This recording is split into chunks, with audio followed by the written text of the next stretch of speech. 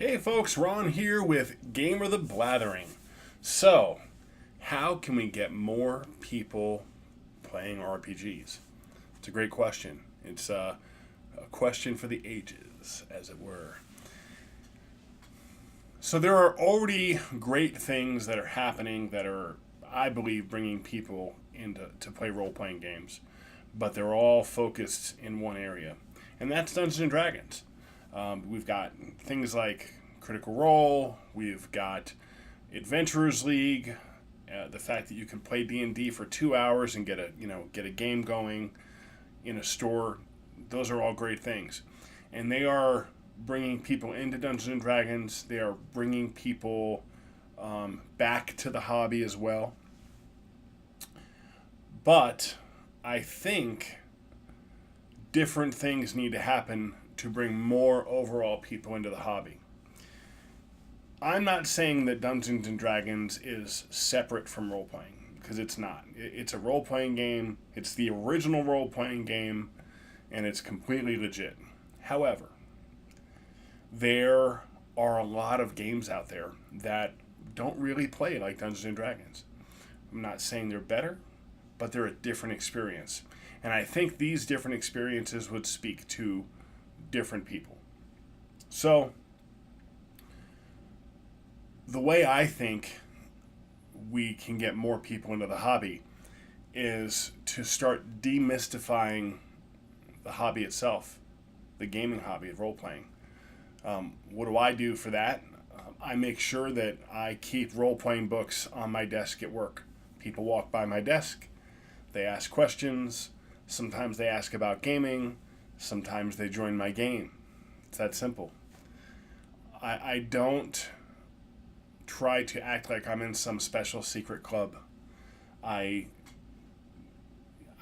just talk about whatever.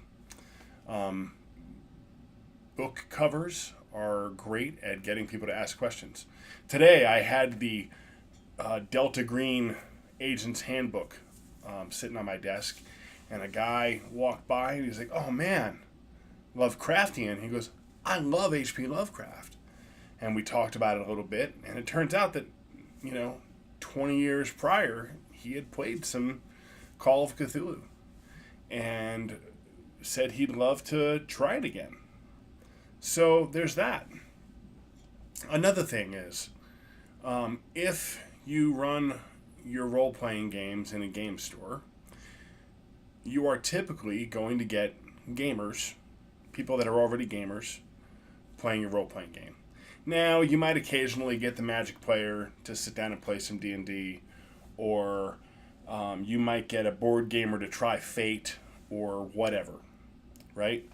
But typically, if you are advertising to gamers, you're not bringing a whole lot of new blood in. So I would like to see more people gaming in more public spaces. The food court at the mall, restaurants. If you role play at a restaurant, tip the heck out of your waitress. Order food. Doubly true in the mall. If you're using food court tables, you better be eating food court food. Don't go in there and freeload. I see that happen a lot in game stores. You go into a game store, you play your game, you bring your own food, you buy nothing in the store, and then you leave. Well, if you do that in public places, that's going to be, other public places where it's not commonly seen. It's not going to be a good look for the hobby. So, if you play in that food court, make sure you're buying food the whole time. Make sure you've got sodas and sandwiches, whatever. Also, run a game at the library. Run a game at the local schools. If you have kids in school, offer to run a D&D night, or a Savage Worlds night, or a Call of Cthulhu night, or whatever. Keep it PG-13 if you're dealing with high schools. If you're in college, start a club. Heck, if you're in high school and you're already game, start a club. Most high schools will let you charter pretty much whatever club that you want to. But the way to grow the hobby is to demystify it, for one, and to not act like it's some super secret. You're not in the Illuminati. You're rolling dice. You're making up stories, and you're having a good time. That's really what it's about. It's another way to have a good time. And don't be afraid to compare it to things people might know. You know what? It's kind of like a board game where you tell stories. Pretty straightforward, right? And it's not an insulting description. Or it's kind of like a character exercise where one person creates situations for the protagonists, and all the other people at the table are playing those protagonists. They decide what they want to do, and whenever the outcome is uncertain, you'll do something to decide it, whether it's rolling dice, playing cards, something to decide whether or not that action is going to happen. Every character has an ability, blah, blah, blah. Whatever it takes when you talk about it, but don't try to act like you're the Dark Master and this is some crazy Illuminati crap. It's just games, and it's fun, and it's a good time. And the way you bring good people into a hobby is to act like a good person. If people are like, oh man, that seems interesting, you know what? Offer to run a game for them and their friends. Why not? Spend one night. And run the game you ran last week if you're a GM. Who cares? They're not going to know that you've already run this story or whatever it is. So, it's all about demystifying and being open. You know, I love things like Read an RPG in Public Week or whatever it's called. I love things like this because we get to be positive about our hobby. We're reminded to be positive about our hobby. And so that's what we need to do. We need to keep the positivity up.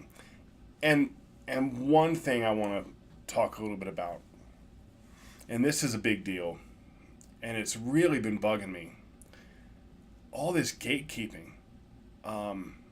You know, I hear people talk about how role-playing games are hard. Like, oh, you've got to read this whole book. Man, I have been GMing for 30 years, and I can't think of a time I've been able to consistently get any players to read this whole book. As long as somebody at the table knows the rules, who cares who's read what? Have you ever watched a TV show? Have you ever read a story? Have you ever thought about what you might do if you were a character? You're ready to play. You don't even need to bring dice or a pencil. I've got you. The other thing, my game is better than yours has no place in the growth of our hobby. We've got story games people complaining about the OSR or trad gamers versus indie gamers. All these classifications are BS. They mean nothing. It's like, are you having fun? Great. I'm glad you're having fun. Good times. Why is that so fun to you? Is there a problem with asking that question? And when they answer, think about it. Try it out. And maybe it's not for you. I've played in games recently that I figured out were not for me. But you know what? I made a connection. I tried it. And I thought it was interesting, if nothing else. And it made me think about the way I run my games. And I thought of things that I could add. I still learned something. My friend Tracy talked about how the way to grow the hobby is to make more game masters or get more people GMing. Absolutely agree. So stop saying staying segmented. Like there's people that are like, oh, D&D, I don't play D&D, you know, or I only play Apocalypse World games, or I only play this, or I only play that. It doesn't help. I mean, you can have those conversations within the hobby, but having those conversations with people that are not yet in the hobby, it's not useful. It's not helpful. And a lot of people think that they can just go off and They don't need any publisher to ever make a game again because they can play their game. Okay, that's interesting. Your games already exist, so you don't need publishers, and I'm sure you and all of your friends will live forever, and nothing will ever be needed of the game industry again for you because you're perfectly satisfied. Your dice will never wear out. Your friends will never move or get sick or die or realize that you're not somebody they want to hang out with or get married or get divorced or whatever.